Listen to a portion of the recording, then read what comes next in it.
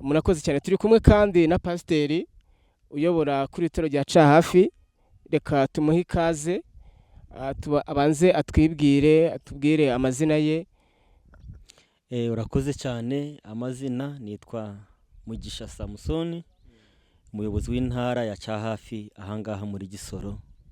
Murakoze. Hano twebwe twaje ku itorero rya Cahafi nkuko n'abadukurikiye bari kurireba.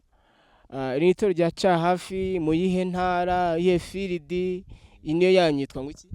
Okay, iri ni itorero rya Cahafi n'intara yitwa Cahafi, then mu karere cyangwa se political district ya Gisoro, zone ya Gisoro. Ino tugira zones, zone ya Gisoro muri field yacu yitwa Southwestern Uganda Field mu Uganda Union. Yes. Murakoze cyane, tugiye kuganira, utubwire uko umurimo uhagaze hano, utubwire uko kuvagera muri iyi ntara wabonye bimeze, udusangiza amateka mbese y'aha ngaha mu buryo burambuye. So nageze hano mu mwaka wa 2021 mu kwezi kwa gatatu. Bivuga yuko maze imyaka 3 n'igice ahangaha mu gice cya Cahafi mu ntara ya Cahafi Gisoro. Ukuntu nahasanze hariho abantu bafite urugwiro kuko baratwakiriye neza, bafite urukundo rwose, baratwakiriye. Turi kubashimira kandi tugashima n'Imana. Kandi kubijyanye n'umurimo ukuntu wifashe, bitewe nuko ari abizera bake, ntabwo ari abizera benshi, n'abizera bakeya cyane, n'umurimo kandi umurimo ukaba mugari, kuko birashoboka ko mu bantu 100 wabona abadventiste ukunganyije abantu 100, abadventiste baba ari 4 cyangwa 3 aho ngaho. So umurimo uracyari mugari cyane wo kuvuga ubutumwa. Yego. Hano kuri itorero rya Cahafi ku ntara Cahafi, dusangize, mufite abizera bangahe? Ese iyi ntara ifite amatorero angahe? Uko umurimo uhagaze, mbese urusengero ruri nk'umurometero bingahe, kugira ngo n'abatwumva n'abazareba kino kiganiro bazamenye ubukene bw'umurimo buri aha ngaha.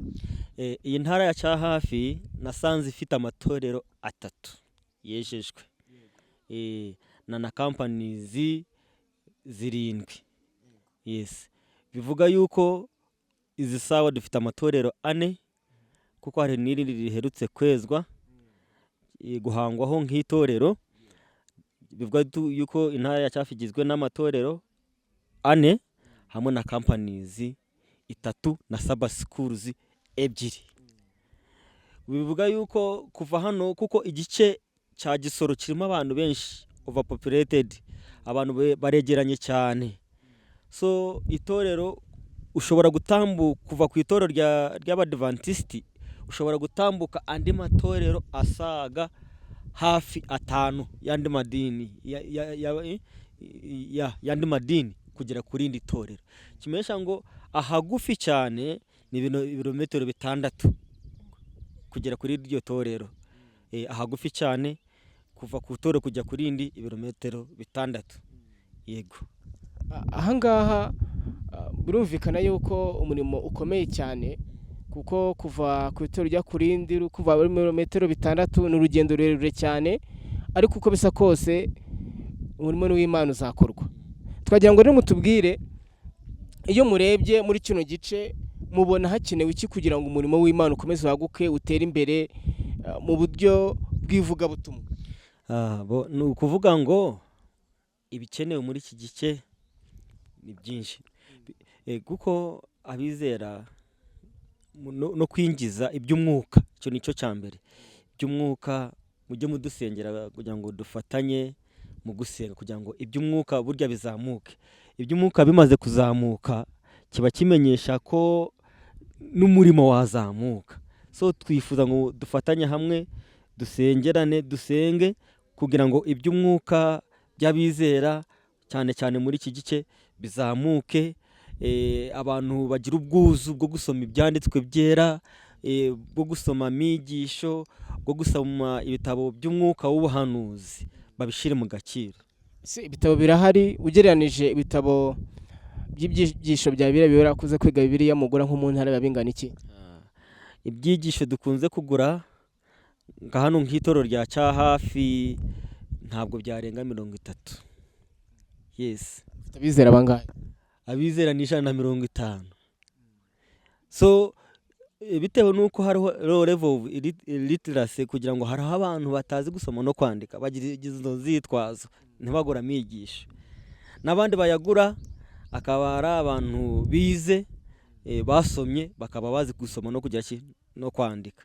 Kuki batazi gusoma no kwandika kandi tureba urusengero rw'uruhande rw'amashuri? Burya hariho abantu babaye hano Cyahafi rino shuri ritari ryubakwa, na niyo mpamvu abizera ba hano bashizemo imbaraga kugira ngo bubake ishuri rino, nubwo batize abana babo bagira bige. Nicyo cyatumye bubaka rino shuri bafatanyije na Adura niyo yabafashije bubaka rino shuri kugira ngo ubwo babo batize urukura harimo n'abasaza batize ariko bavuga ngo abana bacu bagomba kujya kuziga. Yes. Nari nkubajije uburyo ki ibitabo byinjira hano bigera hano muyoboye muri iyi ntara, n'ibitabo by'umwuka w'ubuhanuzi biboneka cyane, niba bibiliya zibasha kubageraho cyane, cyangwa se n'ibyo byigisho niba biboroheye ku buryo mubasha kubibona mu buryo bworoshye. Hano kuko ari abafumbira, urufumbira rufitanye isano ya bugufi cyane n'urunyarwanda. So ibitabo byifuzwa bibiliya umwuka w'ubuhanuzi ni ibitabo by'ikinyarwanda, kuko ibitabo by'igifumbira ntabwo byaboneka. So hifuzwa ibitabo by'ikinyarwanda, bibiliya zoroshe kuzibona ziturutse mu Rwanda. Ibitabo by'umwuka w'ubuhanuzi byoroshe kubibona biturutse hehe? Mu Rwanda. Burya hari abakoropoteri badufasha bakabizana, ariko kubw'ubwuzu bw'abantu bamwe bakabifata abandi ntibabifate. Yego. Ngo noneho bikaba ari iki wasaba abakoroporoteri babasha kujyana ibitabo hirya no hino, cyangwa se n'undi muntu wese wagira ubwuzu bwo kuba yatera inkunga umurimo w'Imana hano mu ntara Cyahafi, itoro rya Cyahafi? Burya icyo dukeneye hano mu ntara ya Cyahafi nubwo yaba Gisoro, Bufumbira, nubwo yaba Swafu, twifuza ibitabo by'umwuka w'ubuhanuzi.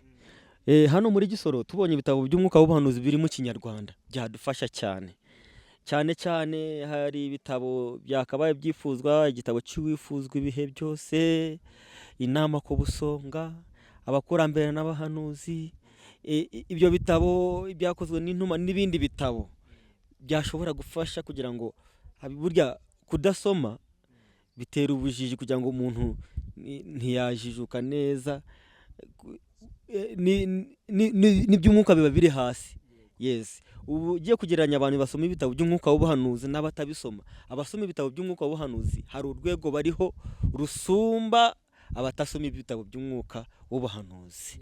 Hanyuma Pastor, turi hano kubera impamvu ya Mifemu ya Kimisagara mu ntara y'Ivugabutumwa mu Kigali iri ahangaha, tugira ngo dusangize uko wakiriye iyi gahunda yo kuza kuvuga ubutumwa ahangaha bavuye mu mujyi wa Kigali, nk'uko mwakomeje kubivuga bakaza muri iki cyaro. Nubwo rimwe na rimwe ubutumwa dufite bunaturerekera kujya mu cyaro tukavugayo ubutumwa, wowe wabyakiriye?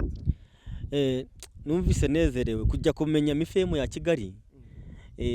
Hari umusore twavuganye, umusore witwa Ishimwe Fisi, niho twatangiranye tuvugana, nanjye mugaragariza icyifuzo yuko muri kino gice hariho hakeneye ubutumwa.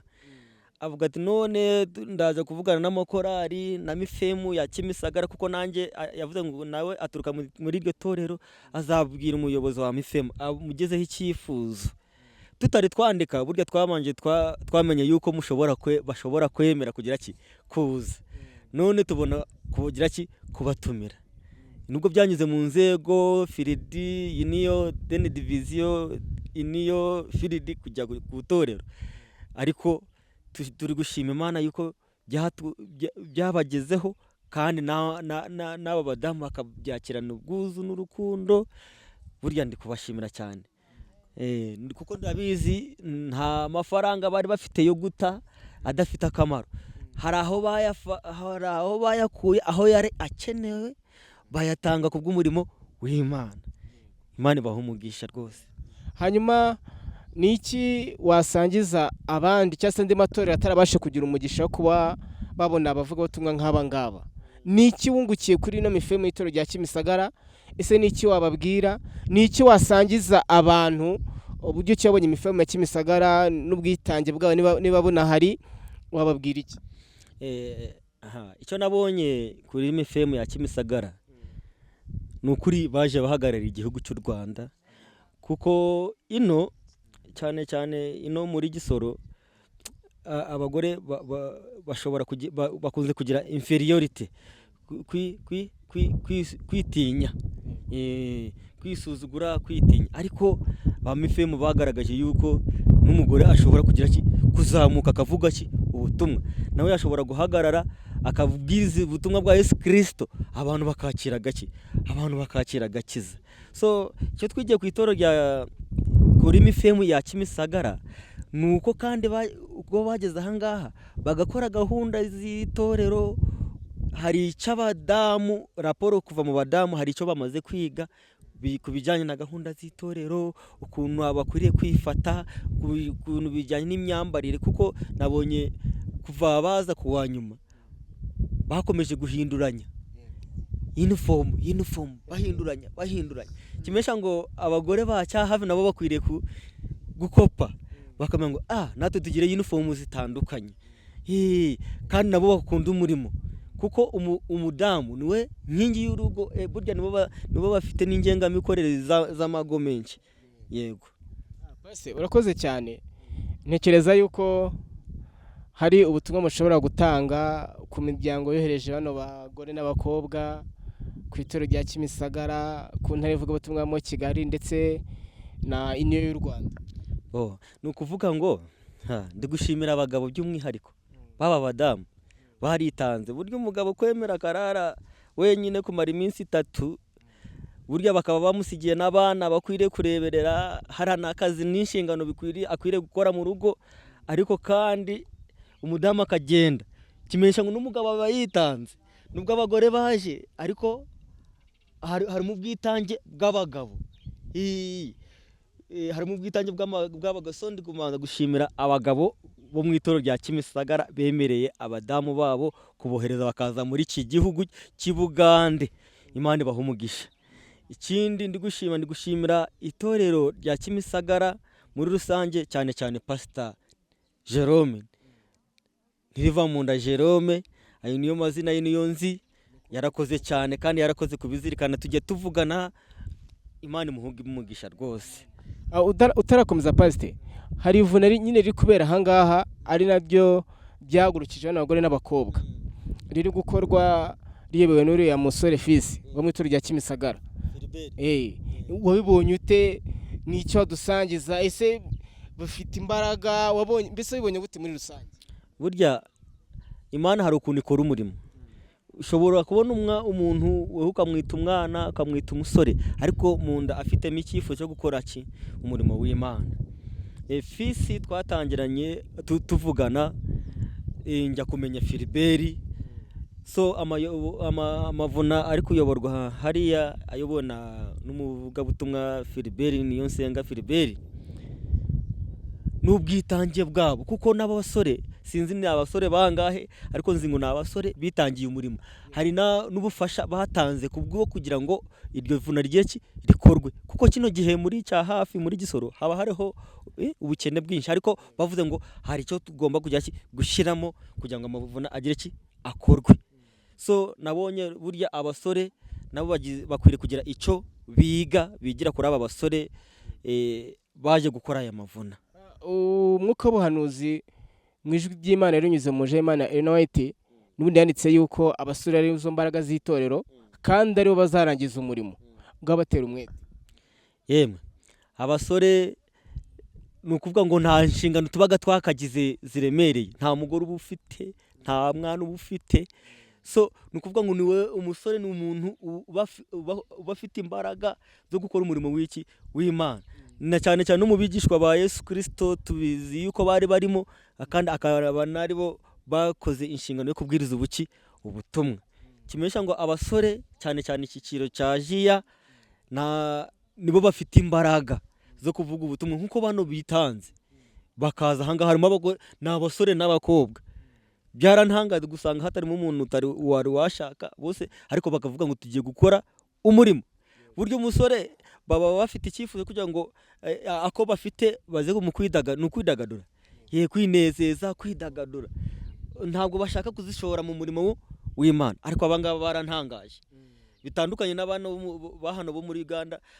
Abangaba umuntu akavuga ati ako mfite reka ngashore mu murimo w'Imana. Imana bahumugisha rwose.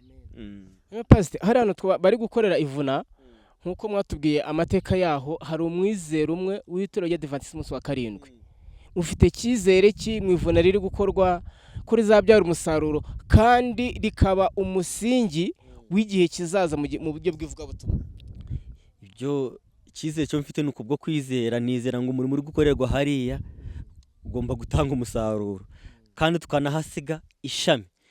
Kandi icyifuzo cyanjye nashakaga ngo burya hariya hantu nubwo hari umwizero umwe, nubwo baziyongera, ariko hazashingwa ishami, kandi iryo shami rizitirirwa itorero rya Kimisagara, cyane cyane Mifemu. So tuzafatanye namwe tuvuga ubutumwa, hashingwa itorero, kandi mu mateka bizabemo ngo ryashinzwe na Kimisagara Mifemu. Ni ukuvuga ngo gukora mission outreach, mugende mu isi mu mahanga yose, atari mu Rwanda honyine, ahubwo mwatambutse muza no muri Uganda. Inshingano ya Yesu Kristo twayifashe. Mwakoze kuza, barakoze kuza, Imana bahumugisha rwose. Ego Pastor, tugana ku musozo, Mifemu wari imbere yawe, gira ubutumwa ubaha. Mifemu sinzi ukuntu narondora, mwarakoze gufata abagore baca hafi ku kuboko, umurya mu Kinyarwanda no kudutiza akabando. Mwarakoze kudufata ku mugongo. Ikindi mufite ubwitange, kuko kuva mu Rwanda ukaza ahangaha, burya twebwe twatekerezaga hano mu Rwanda, hari ikitege twatekereza ngo Abanyarwanda na cyane cyane bo muri Kigali ngo barirata, ariko naragerageje kugenzura ubwirasi ndabubura. N'abantu baciye bugufi, ntabwo natekerezaga ngo uko baje, natekerezaga none bagiye kureba ibintu bakabisuzugura. Hari ukuntu baca bugufi, ashaka kukugira inama, hari ukuntu uko rwose uyu ni umuntu, burya abantu bakijijwe bose barasa. Tugana ku musozo, hari amagambo Yesu yavuze ubwo yari arimo aganira n'abigishwa be, ati kandi ubutumwa bwiza bw'ubwami buzigishwa mu isi yose, ngo bubu buhamya bwo guhamiriza amahanga yose, n'imperuka izahera ku isi. Pastor, wowe iyo urebye ukurikije uko umurimo umeze inahangaha, ahari Yesu azaza vuba cyangwa aracyatinze kubera ko ubutumwa bwiza butari bwagera kure? Uko mbibona hano cya hafi, mbona yuko Yesu agifite igihe kuza, kuko hari ahantu ugera ukahasanga nta bantu batazi Abadventiste ni igiki. Rwose ngaho Nyakagezi ugeraho hari umwizero umwe, ukavuga ngo abana Abadventiste, ngo hari Abadventiste ni bande, ugasanga rwose bari green, nta kintu bazi. Kandi ukabona uturere utambuka amatorero angaha menshi, utari wagera ku itorero ry'Imana, itorero ribwiriza ukuri. Burya hari abantu batari bamenye ukuri.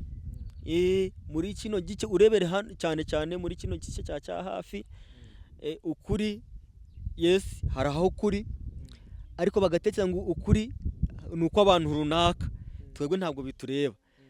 Cyangwa se akaba yarabyumvise nko kuri radio ngo hariho idini ryitwa Abadventiste, ariko ntabasobanukirwe ni abantu ba bwoko ki. Yego niko bimeze. Pastor, noneho utanga ubutumwa kuri Union y'u Rwanda ndetse n'undi muntu wese waba uzareba kino kiganiro tugiranye, wabasha kuba yakwiva umutima gutera inkunga umurimo w'Imana hano mu itorero rya ca hafi, kugira ngo ubutumwa bwiza bukomeze bwaguke, dutebutse kugaruka kwa Kristo. Ubutumwa ntanga ni guhera ku itorero rya Kimisagara, barakoze cyane kubw'inkunga no kutohereza abadamu babo. Cya kabiri, umuyobozi w'intara ya Kigali yarakoze cyane nabwo kutwemera akatwohereza inkunga n'aba badamu. Kuri Union y'u Rwanda byari byoroshye nayo iniyo kugira kwanga ikavuga ikariperinga urwandiko ikavuga ngo oya ntabwo baraza. Burya nubwo byanyuze kuri diviziyo ariko na iniyo yarakoze cyane kwemera kugira ngo itwohereze, kuko bano baje bahagarariye iniyo, nubwo baje bava mu itorero rya Kimisagara ariko baje bahagarariye iniyo. Hano hariho iniyo y'u Rwanda, so barakoze cyane kutwohereza abadamu, kandi ntekereza yuko mu gihe kitari cyakure mu itorero hazabamo impinduka, kuko hari ibyo tubigiyeho, hari ibyo tumaze kwiga byinshi, hari ibyo twize byatugirira akamaro cyane cyane mu buryo bw'umwuka. Yego, murakoze. Nubwo dukoze kino kiganiro turi mu gihugu cy'i Bugande, ntago kizarebwa n'abanyarwanda gusa, n'abavuga ururimi rw'ikinyarwanda gusa. Byashoboka yuko umugande yajya kuri YouTube agafungura akabona kino kiganiro. N'iki wabwira bene iki gihugu banakagombye kuba ariho nyambere muri uyu murimo, ushaka no gukoresha ururimi rw'ikigande, unashimira na niyo igihugu cy'i Bugande? Kuri iniyo n'abantu bo mu gihugu cy'i Bugande umurimo uracyakomeye, cyane cyane muri Gisoro na Kigezi. Igice cya Kigezi ni igice kitinda kwakira ubutumwa, sinzi imbaraga twagira, dusaba imbaraga za Mwuka Wera kugira ngo zidushoboze kugira ngo ubutumwa bugere aho butaragera. Kandi ndi gusaba ngo bene data bo mu gihugu cya Uganda baze dufatanye umurimo, kuko ndi kubona abantu babishizemo imbaraga. Nabonye ari abagore bakarabye, bimenyesha ngo kuvuga ubutumwa ntabwo kimenyesha ubukene. Ari abantu batekera ngo gushora bigutera ubukene. Oye, none abangaba ko bashoye kandi nkabona ari abantu basobanutse kandi babasirimu nta kibazo bafite, so nkaba ndi kugira nti natwe dukoze umurimo Imana ntabwo yaduhemukira. So ndi kubwira nti cyane cyane mu gice cy'Ankore, kamve muri Gisoro, abantu ba Ankore, muri Ankore reka dukore umurimo, mureke dukore umurimo, mureke dukore umurimo muri Ankore. N'amazima twine ibitabo bike byo mwoyo w'ubunabi, twine ibitabo bike byo mwoyo w'ubunabi. Hati ngo mu field yacu twine ibitabo bibiri byo mwoyo w'ubunabi, ivunuirwe kutebwa mu rurimi rw'itu. Ikitabo kiri kwetwa Amatembezo kwizari Yesu Kristo hamwe n'urugambo ruhango. Ibyo nibyo bitabo bibiri byitwine. Tutema mani nangwa tugira ibindi bitabo byinji abantu batari kumanya kushoma bagira ki bashome ibitabo byo mwoyo w'ubunabi, babyetegereze. Nibwo n'ururengo rw'ibyo mwoyo rwitu rurije kugira ki kuza kutemba, nibwo rurije kutemba kandi rukaza aharurengo uruhanga ari kutwekengeraho. So ninjya ngo tukore umurimo kandi tutemunesete, twatekamo umutungo gwitu, twatekamo itungo ryitu, ruhanga nako kutuhereza umugisha. Abo ko abanyarwanda kugira ngo n'abakene tiboro nabo batungire kunkana bakora umurimo mwini tubakoperaho mukama bahereza umugisha. Ikigande urgundi kuvuga urunyankore, ikigande ntabwo nkizi neza. Okay, murakoze cyane Pastor, reka tugushimira, Imana igumugisha. Amena. Namwe murakoze cyane. Mukuru w'itorero waje abayoboye, umukuru w'ivuga butumwa weho, uyu ni umukuru w'ivuga butumwa mu itorero rya Kimisagara, nawe yarakoze cyane. Mukuru w'itorero, abandi bagabo baje babaherekeje, umukuru wa mifemu y'abato n'abakuru, Imana baho umugisha. Ntabwo nabirondora nubwo naje kuvuga namara umwaka wose. Imana baho umugisha rwose. Pastor, dusoza nka dushyira imbere y'Imana dusabira umugisha. Kadusenge.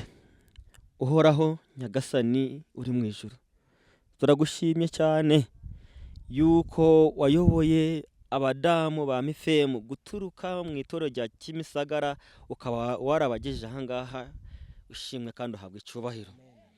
Muremyi wacu, turugushimira n'abagabo bo basize data, ubahereza umugisha. Ningo basize data, uzihereza umugisha, uzirinde.